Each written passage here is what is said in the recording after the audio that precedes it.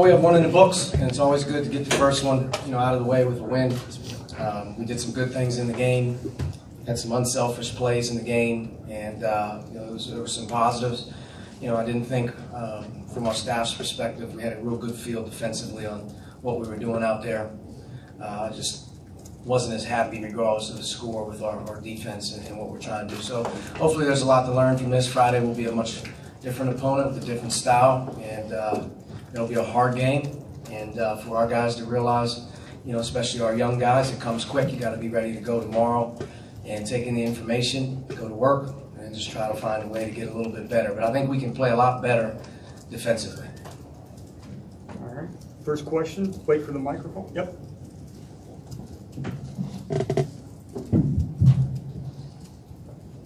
Just kind of going off that, what do you feel you guys need to do better defensively going forward? Well, it's always going to start and stop with your balance. I thought that Chicago State really pushed the ball hard on us, and they gave us the opportunities where we were going to have to fight to get back, and at times we did, at times we didn't. So that's step one.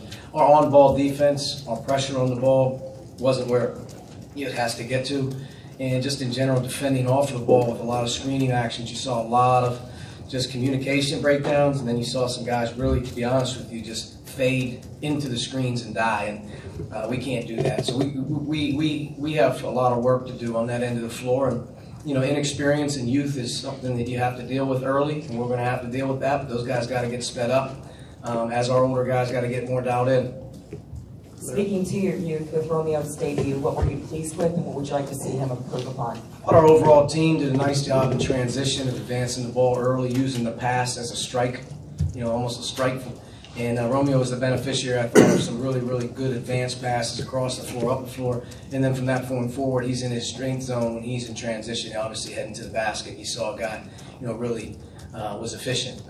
Makes a few more free throws. Probably looks almost like a flawless game for him offensively. Second half, the game was a little bit different. It was a different flow in the second half. But I thought, just in general, in the first half, he was very efficient. I think it was 17 points in 17 minutes in the first half. So, Coach, what did you see from Evan Fitzner tonight? What's he bring to this team? He does a nice job. He's a very, very high IQ. He's a very skilled offensive player. He's got size and length.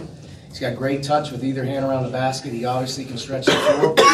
But I thought he did a nice job of throwing over the zone at times, catching it in the middle and skipping it out at times. And he's a very good free throw shooter as well. So for him, it's a good start, but that's who he is as a player. Talking about Romeo, it seemed like earlier on it was his passing that really was. Yeah, without question. If you look at the first 4 minutes, he probably had 3 to 5 passes, unselfish plays on kickouts, drive to pass, looking for the bigs.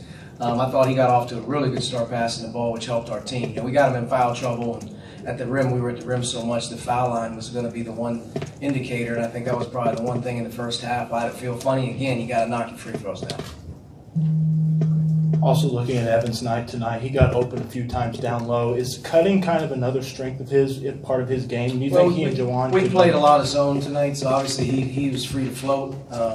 He's not a guy that obviously anchors down, but he can get to his spots. And today against the zone, he has a really good feel in the paint, how to catch it, how to move, and in and around the basket. He's got good touch. And I thought our guards did a really good job of hitting behind the zone early in the first half, seeing Justin, Evan, and Jawan. Coach, going 19 of 33 from the foul line tonight, is there anything that you can pinpoint as to why you had difficulty from that part of the game? It just didn't go in. At the end of the day, there's difficult. It's black and white. You make them or you don't make them. Guys got to step up, go to the line, knock it in, especially your better shooters, and I think that will always balance out over the course of the year. Sometimes your guys that aren't very good free throw shooters, it's just going to be what it is. You got to keep working to get better, and we'll do that. But we're going to get fouled. That's our aspiration as a team, is to be a team that continually attacks the paint, the rim, and to get fouled is something that we really, really want to get our guys focused in on attacking. And when you get there, though, you got to take advantage of it.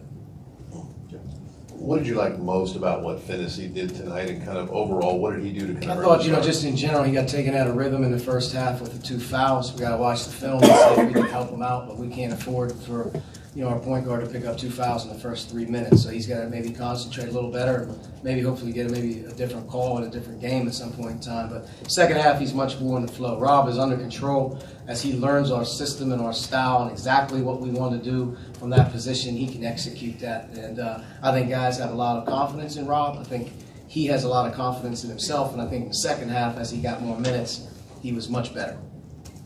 A few minutes tonight when Rob and Devontae played together. What do you like about that look? And how do you see Al kind of factoring into that once he gets back healthy? If Al was healthy, he would be in the rotation just with these other guys. You know, we're having to play. These guys too many minutes. So, you know, I think it's going to be really good when Al comes back. But Devontae can play with Rob. We have that ability to do that. It gives you two guys off the dribble. I think they're your best, you know, creators. So hopefully it's in time you see those guys as being able to be attack mode. Al will fit in right in with those guys as well, whether he's playing the point or if he's playing with one of those two guys. All right, Coach, thank you. All right, thanks.